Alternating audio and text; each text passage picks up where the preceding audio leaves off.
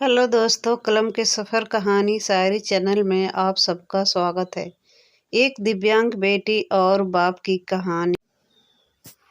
वो एक फैक्ट्री में मजदूरी करता था, लेकिन कुछ महीने पहले उसकी फैक्ट्री बंद हो गई और वह बेरोजगार हो गया। श्यामलाल की पत्नी बहुत पहले ही गुजर गई थी। उसकी 11 साल की एक दिव्यांग बेटी थी, संगीता। पहले भी बड़ी मुश्किल से उसका घर चलता था, ऊपर से उसकी नौकरी भी चली गई, तो जीवन चलाना और भी कठिन हो गया। हालांकि नौकरी चली जाने की बात उसने संगीता को बताई नहीं थी। वह हर दिन की तरह समय पर अपने काम की पर जाता और शाम को अपने घर लौटता। संगीता संगीता संगीता बैसाखी के सहारे चलते हुए बाहर आती है। अरे बाबा, आप आ गए फैक्ट्री से? हाँ बेटी, आ तो गया, लेकिन आज भी मैं तेरे लिए जिलेबी लाना भूल गया। बेटी, मैं दिवाली का बोनस मिलने वाला है। जिस दिन मिलेगा उसी दिन तेरे लिए एक सुंदर सी फ्रॉक और जिलेबियाँ दोनों लाऊंगा। संगीता को पता था कि उसके लिए ना तो जलेबियाँ आएंगे और ना ही फ्रॉक। उसके पिताजी को कोई बोनस नहीं मिलने वाला है। उसे यह भी पता था कि उसके पिता की नौकरी चली गई है। वह दिन भर कहीं दहाड़ी मजदूरी करते हैं तो 2 पैसे हाथ आते हैं और 2 वक्त की रोटी किसी तरह नसीब होती है। किसी दिन दिहाड़ी नहीं मिलती है तो उन्हें खाली हाथ ही आना पड़ता है। देखते ही देखते दिवाली भी आ गई। हर जगह इतनी भीड़ लगी है, सभी लोग कुछ न कुछ खरीद रहे हैं और एक मैं हूँ जो अपनी बेटी के लिए जिलेबी भी नहीं खरीद सकता। श्यामलाल यह सब सोचता हुआ सड़क पर चल रहा था। तभी एक बड़े से कपड़े की दुकान के बाहर खड़े पुतले पर उसकी नजर पड़ी गई। उस पुतले ने बहुत अच्छी फ्रॉक पहन रखी थी। श्यामलाल उस फ्रॉक को गौर से देख रहा था कि तभी दुकान के अंदर से दुकान का सेठ बाहर आया और बोला, तुम्हें क्या देख रहे हो? यहाँ चोरी करने का इरादा है क्या? लगता है मैं तो बस अपनी बिटिया के लिए यह फ्रॉक देख रहा था। कितनी की है यह फ्रॉक? तेरी औकात के बाहर का है। सुबह सुबह पता नहीं कहाँ से चले आते हैं। औकात के बाहर। श्यामलाल के कानों में यह शब्द पूरे दिन गूंजते रहे। उसे दिन उसे दिन श्यामलाल सारा दिन दिहाड़ी की तलाश में घूमता रहा, लेकिन उसे कोई काम नहीं मिला। शाम को जब वो वापस घर लौट रहा था तो उसने देखा कि उसकी जेब में सिर्फ 5 रुपये बचे थे। आज भी कोई काम नहीं मिला मुझे, जब मैं तो जेब में तो सिर्फ 5 रुपये हैं।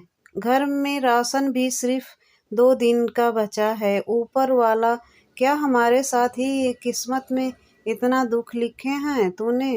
उदास मन से वो घर पहुंचा।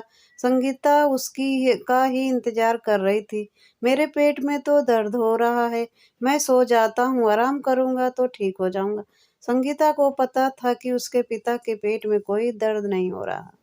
जब भी वो उन्हें दहाड़ी पर काम नहीं मिलता वो भूखे सो जाते ताकि राशन एक और दिन अधिक चल सके। कई बार उन्होंने ऐसा ही किया था। हालांकि वह खुद भूखे रह जाते थे, लेकिन संगीता को कभी भूखी रहने दिया नहीं।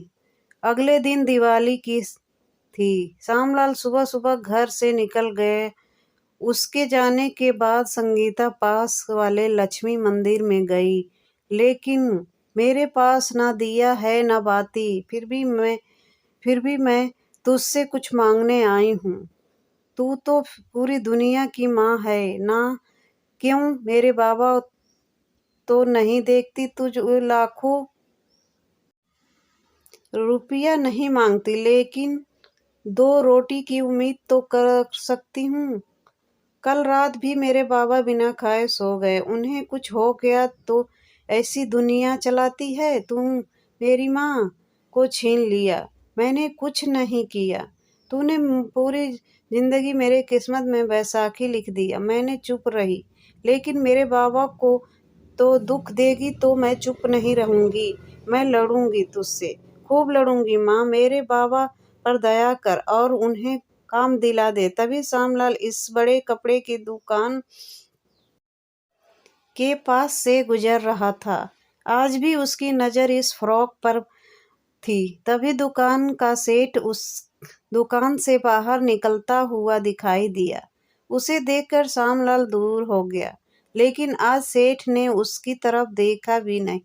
फिर बाहर निकल कर अपनी कार में बैठकर निकल गया। वह इतनी हड़बड़ी में था कि उसका एक काला रंग का बैग जमीन पर गिर गया। श्यामलाल ने इधर उधर देखा और उसके बैग को उठाया। जब उसने बैग खोला तो बैग में बहुत सारे पैसे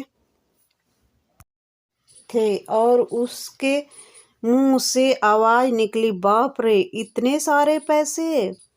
पैसों इतने पैसों से तो मेरी सारी समस्या दूर हो जाएगी। संगीता के लिए एक फ्रॉक तो क्या, कई सारे कपड़े ले सकता हूँ, ढेर सारी जलेबियाँ और मिठाइयाँ भी। श्यामलाल खुश तो था, लेकिन उसके मन में कई सारे सवाल चल रहे थे। नहीं नहीं, यह ठीक नहीं होगा। यह पैसे मेरे नहीं हैं, यह तो सेठ के है। पता नहीं किस काम के लिए उन्होंने यह पैसे रखे होंगे। नहीं नहीं, मैं बिल्कुल इन पैसों को हाथ नहीं लगाऊंगा। यह बैग सेठ जी को वापस ही कर देता हूँ। यह सोचकर श्यामलाल उस दिशा में बैग लेकर उस ओर भागने लगा। श्यामलाल उस दिशा में बैग लेकर उसे ओर भागने लगा और दूर तक देखा, पर सेठ की गाड़ी कहीं नजर नहीं आई। वो परेशान हो गया और फिर सेठ से की दुकान पर लौट आया, लेकिन यह क्या, उसकी दुकान भी बंद हो गई थी। आज सेठ जी की दुकान इतनी जल्दी कैसे बंद हो गई? आज तो दिवाली है। उसने बगल के दुकान से पता करने की कोशिश की, लेकिन उसे कुछ भी पता नहीं चला। उसका दिमाग काम करना बिल्कुल बंद कर चुका था। आखिर वह बैग ले कर वहां से निकल गया। थोड़ी दूर जाने पर उसे सेठ की कार पार्किंग में लगी हुई दिखाई दी। पर यह तो सेठ जी की कार है। वापस कर दूंगा और अपनी जिम्मेदारी से मुक्त हो जाऊंगा। अस्पताल के बाहर वह जा रहे थे। उन्हें के साथ में एक औरत भी थी। वह भी फूट फूट कर रो रही थी। श्यामलाल भागता हुआ उनके पास पहुंचा। उसे लगा कि वह पैसों के लिए रो रहे होंगे। आप मुझे चोर नहीं कह सकते, मैं चोरी नहीं किया हूँ। आखिर आप की दुकान से बहुत जल्दी बाहर निकल रहे थे, तभी वह बैग गिर गया था। श्यामलाल के हाथों में पैसों का बैग और उसकी बातें सुनकर सेठ जी दंग रह गए। हम पैसों के लिए नहीं रो रहे हैं। वह जिंदगी और मौत से जूझ रहा है। उसे खून चढ़ाने की जरूरत है। हम दोनों में से किसी का ब्लड ग्रुप मैच नहीं किया था, लेकिन अस्पताल पहुंचकर मैंने देखा कि रुपयों का से भरा हुआ बैग मेरे पास नहीं है। वह आदमी भी बिना पैसे लिए ब्लड देने को तैयार नहीं हुआ। उन लोगों की बात सुनकर श्यामलाल की आंख भर आई। सेठ जी, मैं दूंगा आपके बेटे को ब्लड। आप मेरा ब्लड टेस्ट करवा लीजिए। क्या पता मुझे से उसका ब्लड ग्रुप मिल जाए। श्यामलाल का ब्लड ग्रुप सेठ जी के बेटे से मिल गया। उसने तुरंत 1 यूनिट ब्लड दिया और सेठ जी की बेटे की हालत में तेजी से सुधार होने लगा।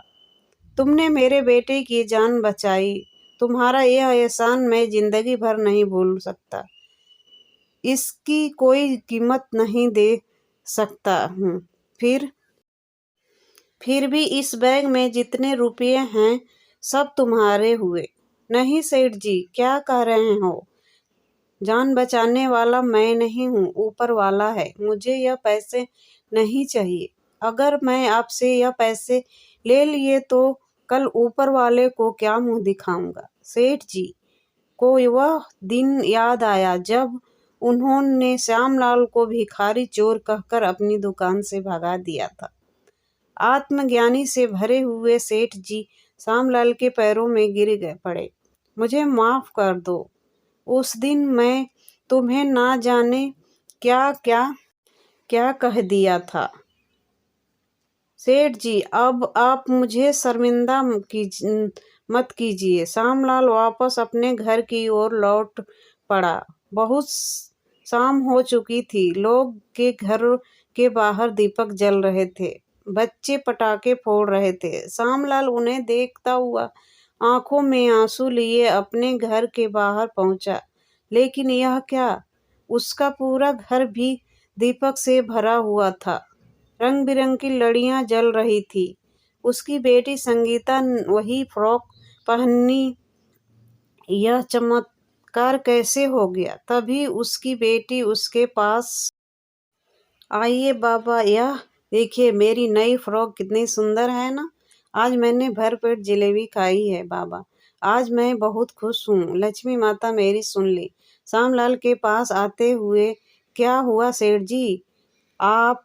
अच्छा, तो यह सब आपने किया है? मैंने आपका एहसान कैसे चुकाऊंगा सेठ जी? कोई किसी पर एहसान नहीं करता, सब ऊपर वाला करता है। वैसे तुम मेरे यहाँ नौकरी करोगे ना?